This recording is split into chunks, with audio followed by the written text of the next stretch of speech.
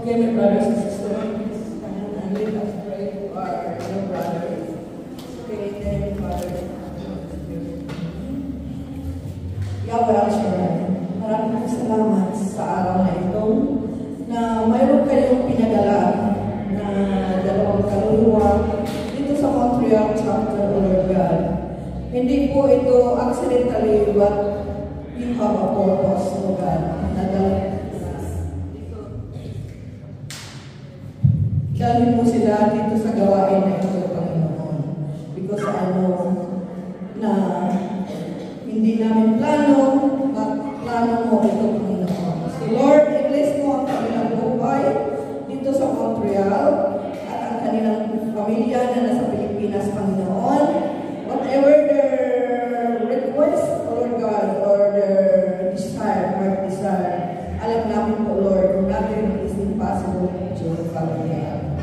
Tugunin mo ang kanilang pangangailangan. Lord,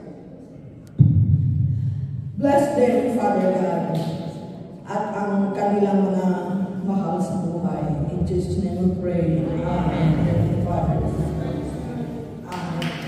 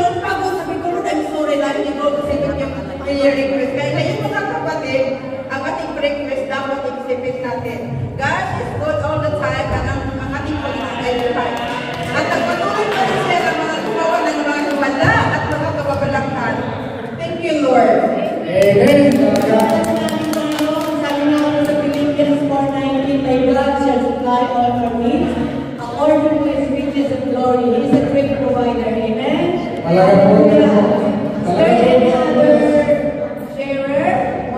Sister Nita, come over. Please, thank you. Amen. Good afternoon, brothers and sisters. Patutulong ko ay yung kagalingan sa ating sakit sa tiyan. And second po ay yung dahil po ma-LPG sa amin every once a month sa bahay po namin. Ngayon, masaya po ako kasi unang-una the reason why na LPG po sa bahay namin ay para may lagi po si Jesus Christ sa mga kapitbahay namin, sa mga kaibigan ko. Unang-una po sa pamilya ko. And then this last Saturday po, tuwan-tuwa po ako kasi yung boyfriend ko ng aking anak ay isang Buddhist po. Isang Buddhist. So hindi ko naniniwala sa Jesus Christ or whatever. But po minsan po nasama na niya magsimba last 3 weeks po. Nagsimba siya. So nagustuhan naman ako. So nung nag-LPG po sa last Saturday sa bahay, nag-attend po sila. Nag-attend po siya. So nakapag-share din po siya ng paano na-encounter si Jesus Christ sa buhay niya. And then, gusto po niya. So, parang tuwa po sa napaka-imposible po kasi Buddhist po siya, pininiwala ko. So, parang sa isip ko po, paano nagkabutan po yung LPG sa bahay na one soul na stay na nailangan ko sa Panginoon. And then, after po ng gawain, punta niya ako sa kitchen namin, sabi niya, thank you, Tita, for introducing or praying Jesus Christ in my life. Praise God for the glory to God. Amen. Praise the Lord. Praise the Lord. Tunay nga po na ang Diyos ay nagpapagaling. Sabi nga po niya sa Exodus 15:26, I am the God who gives you. Amen. So is there any other sharer? Wala na po ang Brother Soilo.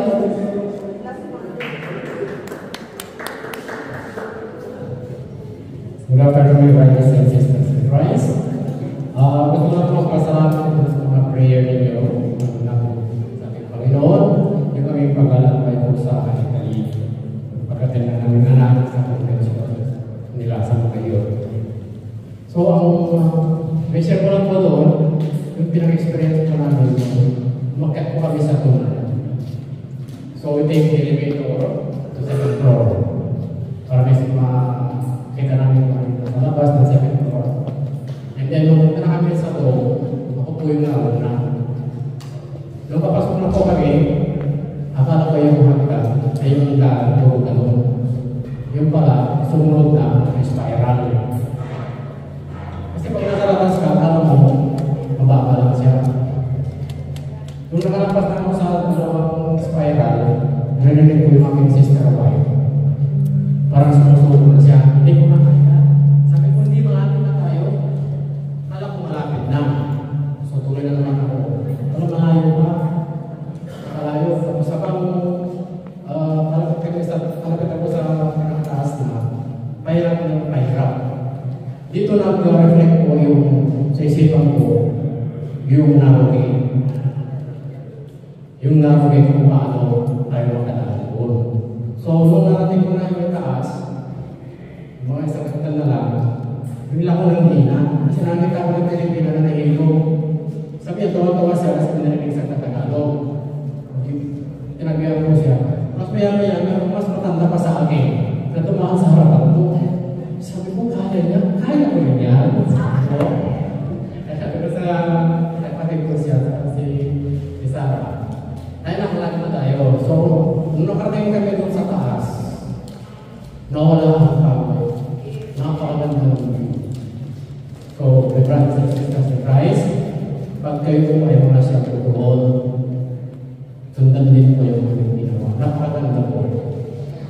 Ingat lang po tayo yung pagbaba. Kasi kung ano yung daranasin mo pagkakyat, ganoon yung daranasin mo pagbaba. Napakaganda po yung pagbaba, lalo po yung respiral na nakakaganda. Yun lang po. Maraming salamat po. Amen. Amen. Lord. Oh, God is a full of surprises. Surprise ang brothers and sisters na ginawa sa iyo ng Diyos na nagpunta kayo doon. So, Amen. thanks be to God. My dear brothers and sisters, I would like to take an opportunity to share His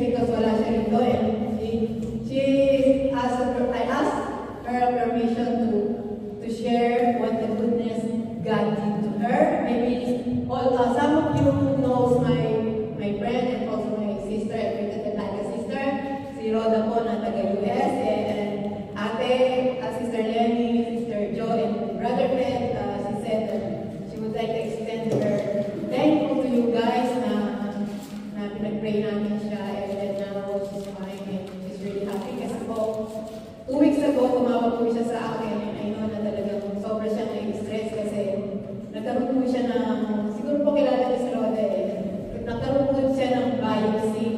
May nakita po sa kanya sa kanyang breast na its calcification means like it's going to like harm ourselves, like risk, you know, ano po, maybe cancer, something like that. So, hindi po siya tumatawag sa akin ng maaga, pero alam po po may problema siya kasi tumawag siya sa akin ng maaga na Ate Jo, ito, may problema ako, nai-stress na ako kasi may nakita sa breast ko.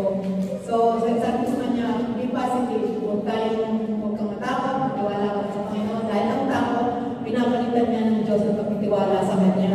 So, ang ginawa ko po, I'll call Sister Lenny and Ate and Sister Joey to pray for her. Kasi ako po, basta may ganang pinagawa ko po talaga ng tao, true concern talagang magdadasal pa sa Kanya. So, natawag po natin si Brother Tim. So, pinagdasal po namin siya. And then, you know, after na, Ate Aria is also lit a candle para sa Kanya, para sa kanyang biopsy at result ng kanyang breast. And my brother Nico, talagang nagdasal po kami. Thank God po talaga, 2 weeks talagang. After 2 weeks, tumawag po sa akin. And then, sabi niya, i-share ko daw po sa inyo ang mabuti ang ginawa ng Diyos.